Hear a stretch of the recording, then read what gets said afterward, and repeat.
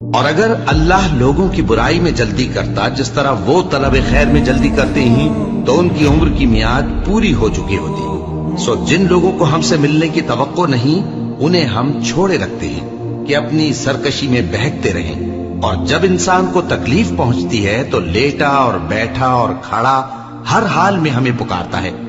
پھر جب ہم اس تکلیف کو اس سے دور کر دیتے ہیں تو بے لحاظ ہو جاتا اور اس طرح گزر جاتا ہے کہ گویا کسی تکلیف کے پہنچنے پر ہمیں کبھی پکارا ہی نہ تھا۔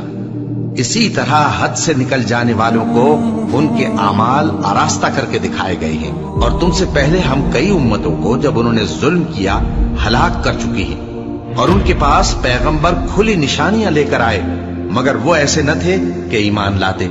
ہم گنہگاروں کو اسی طرح بدلہ دیا کرتے ہیں۔ پھر ہم نے ان کے بعد تم لوگوں کو ملک میں خلیفہ بنایا تاکہ دیکھیں کہ تم کیسے کام کرتے ہو، اور جب ان کو ہماری آیتیں پڑھ کر سنائی جاتی ہیں تو جن لوگوں کو ہم سے ملنے کی امید نہیں وہ کہتے ہیں کہ یا تو اس کے سوا کوئی اور قرآن بنا لاؤ یا اس کو بدل دو۔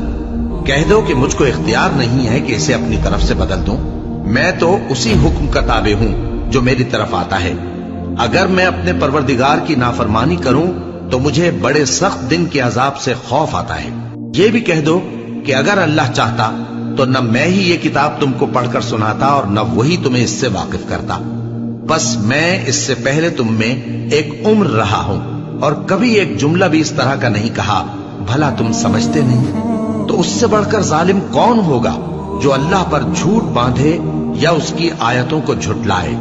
بے شک گنہگار فلاح نہیں پائیں گے۔ اور یہ لوگ اللہ کے سوا ایسی چیزوں کی پرستش کرتے ہیں جو نہ ان کا کچھ بگاڑ ہی سکتی ہیں اور نہ کچھ بھلائی کر سکتی ہیں، اور کہتے ہیں کہ یہ اللہ کے پاس ہماری سفارش کرنے والے ہیں۔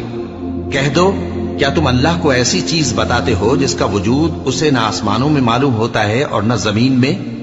وہ پاک ہے اور اس کی شان ان کے شرک کرنے سے بہت بلند ہے۔